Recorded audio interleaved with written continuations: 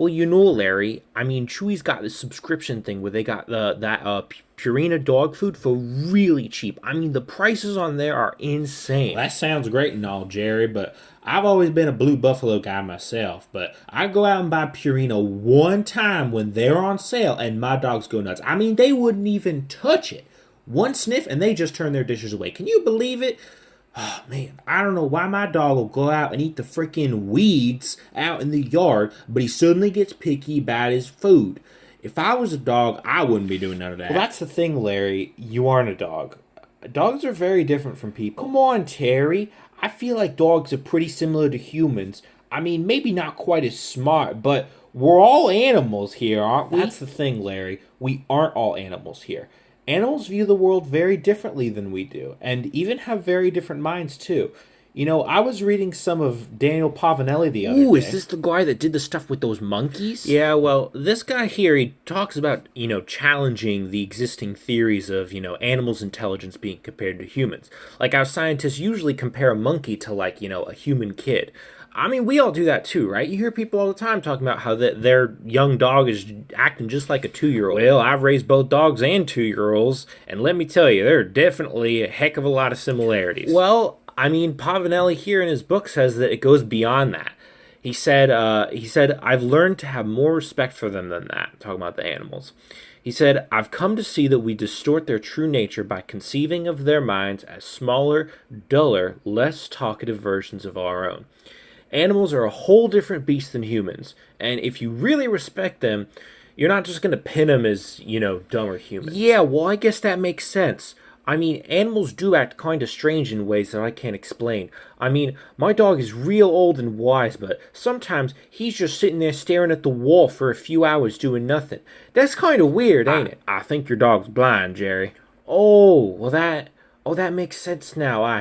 I see Enough that. with your blind dog. Let's get back on the topic. This Pavanelli guy, right? Well, Pavanelli even said that he decided to quit doing all this research on animals' minds because he found it kind of pointless. Like, all this, comparing animals' minds to ours tells us more about the human minds than anything it does about the animals. Well, I'll certainly agree to that. I mean, you see all these old ladies out and about with those tiny, mean-looking dogs that yap and yap all day in those little purses.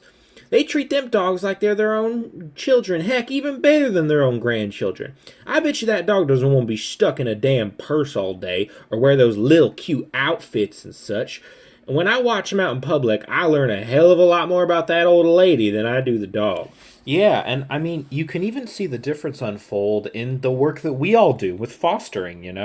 I mean, if a human child and a puppy both were to experience the same abuse, they would both react in very different ways. You can't just help a dog like you'd help a human. Yeah, that kind of makes sense. I've gotten to work with so many abused dogs through fostering, and let me tell you, some of them are wild. There was this one dog, Legend. They found him nailed to a wall in a rabbit cage with about a dozen other dogs stuffed in there with him. I mean, it was crazy. When we brought that poor thing home, he bolted right out the doggy door and would not come back inside. I mean, he ran around and around the yard for hours. I mean, we just let him stay out there overnight. We couldn't really get him in. He dug out the fence by before morning and was, gone. Not much we could really do about that. I mean, he's his own beast. He's running out there.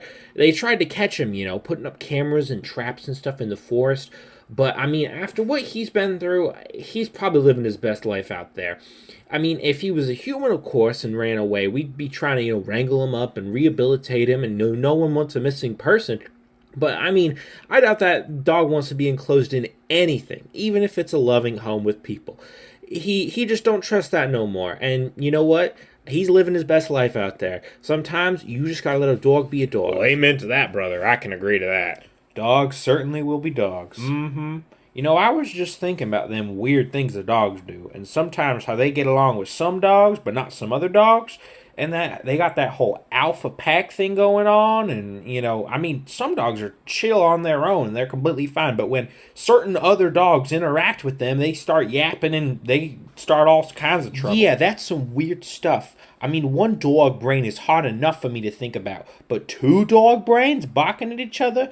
Man, comprehending that's too many. Oh, speaking of which, since we've all fostered multiple dogs at once, How many dogs is too many? Oh man, I feel like when I got more than 3 at a time, they're a handful. If I'm being honest, I think 2 at once is where I'm most Are you comfortable. kidding me? I always got at least 5 in the house. 7's what I usually got. Are you kidding me? What? They're dogs. A couple hundred years ago, they was living in packs there out in the wild. Well, they sure as heck ain't living in packs now. Well, listen here, as far as I'm concerned.